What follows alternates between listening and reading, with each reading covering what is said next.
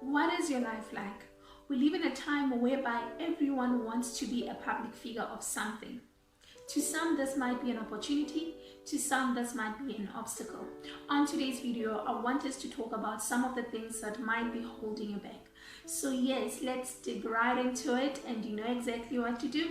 If you like this video, please give it a thumbs up, and if you haven't subscribed already, please do. It's absolutely free. And I also like to hear your thoughts by commenting down below. Hello mighties, and welcome to Enlightenment Moment. I'm Matshepo Makamane, and this channel is all about personal management and growth. I've realized that a lot of people have identity issues, which I truly believe that it is a human nature. I mean, like, there's nothing that frustrates in life like not knowing who you are.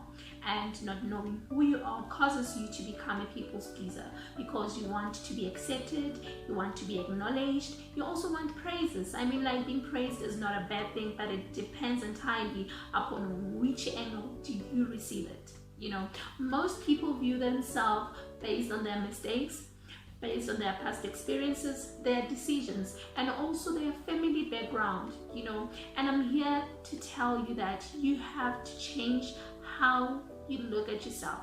Listen, when the enemy immobilizes a person, he attacks their identity. And the only way to survive this is knowing who you are. And let me give you a secret. To know who you are, you need to know who God is. Immediately when you start knowing who God is, it's when you'll start to know who you are. Immediately when you start to know the abilities and capabilities of God, that is where you will know the power that has been invested in you. You have to get rid of self-pityness. You have to overcome sensitivity.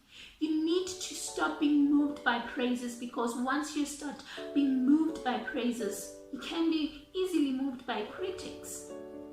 Get rid of all the insecurity. Get rid of all the low self-esteem that you have, and keep this in mind. Like, always remember this, that the only thing that is holding you back is not who you are, but it's actually who you think you are not.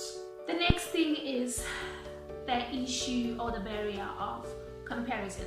Comparison happens almost to everyone. It happens to everyone. It happens in pastors. It happens in leaders. It happens between friends. It happens between sisters. It happens almost to everyone, etc. It happens to everyone. Just know that comparison happens to everyone. And comparison is just the fear of being found out to be less, which this now leads you to want to prove a point that you can become a better preacher than so and so. You can be a better mother. You can be a better father. All of those things, you know. But the danger behind proving a point is that the people that you're trying to prove a point to, they actually don't care. Yeah, they actually don't care. So stop proving a point and start living your life, because when you start proving your point, you become exhausted. Eventually you'll be exhausted, right? You'll be exhausted. And at some point, the people, or when you are giving too much, or maybe when you are trying too hard, rather, let me say that, when you are trying too hard, people start losing respect for you, because now you are trying to be something that you're not.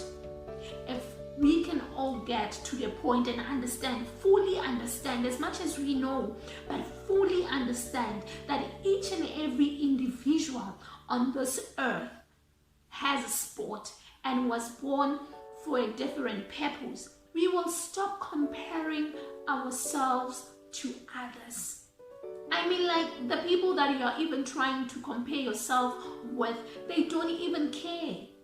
Like, they're not looking at you. They are living their lives, fulfilling what they are supposed to do. They are busy.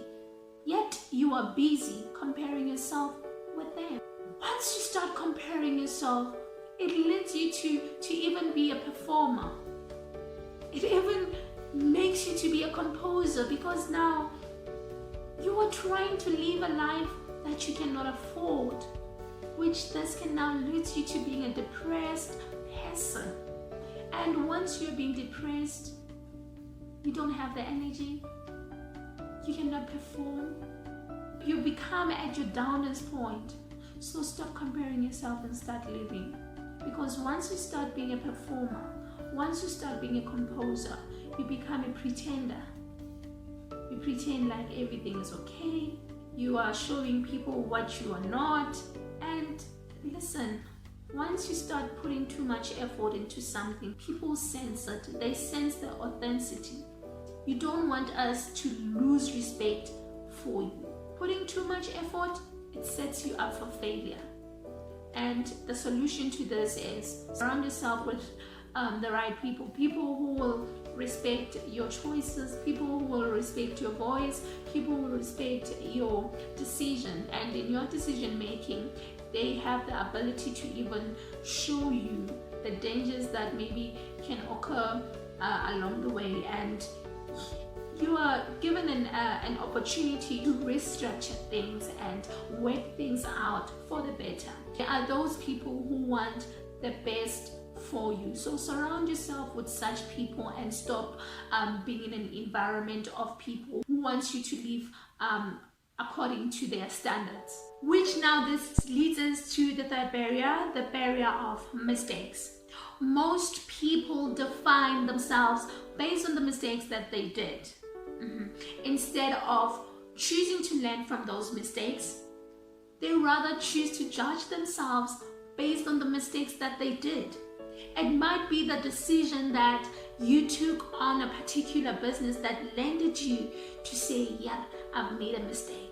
But you don't have to judge yourself based on that, or start defining yourself to say I'm a failure. Mistakes do happen, and they do happen all the time, and they happen to everybody. It's just a matter of understanding how to deal with that mistake that just happened. Because out of those mistakes, that is where we get to grow. That is where we get to develop to become the better person that we were when we started to take that step towards whatever that we wanted to achieve. So stop condemning yourself. Stop blaming yourself. Stop judging yourself. Stop defining yourself based on those mistakes. They do happen to everyone. You just have to acknowledge that I've just made a mistake. Accept that I've just made a mistake instead of beating yourself up.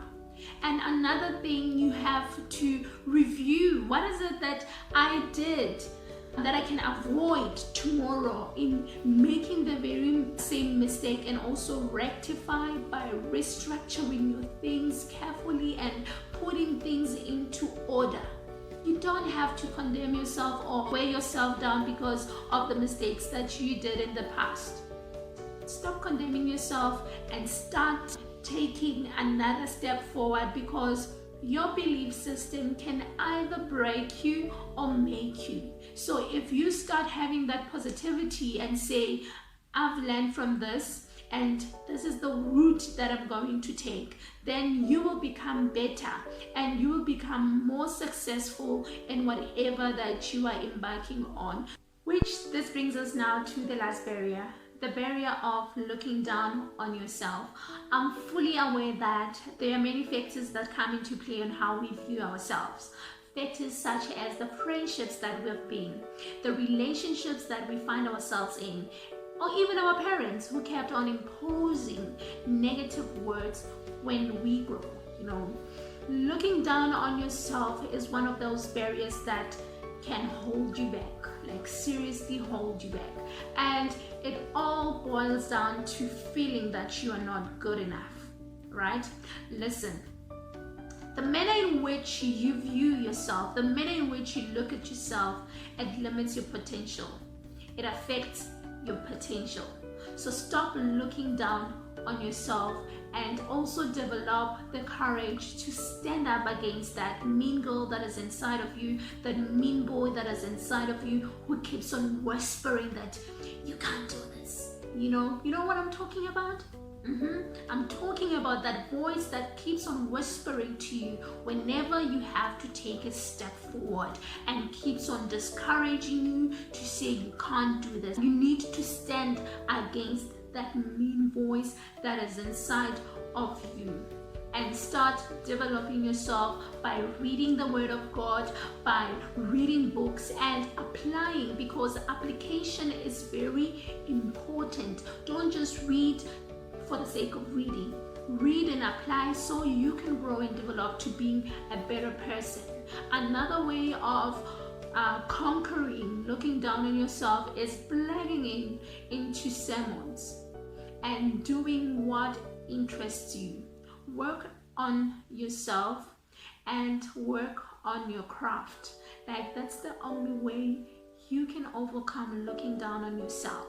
My time is up. Thank you so much for yours. If you like this video, please give it a massive thumbs up, and don't forget to subscribe and turn that notification button on to keep the content coming to you. And I also love to hear your thoughts on how you overcome any of those mentioned barriers, or maybe some of those barriers that were not mentioned, by commenting down below. Thank you so much for your time. Let's keep connecting, growing, and being great. See you in the next video.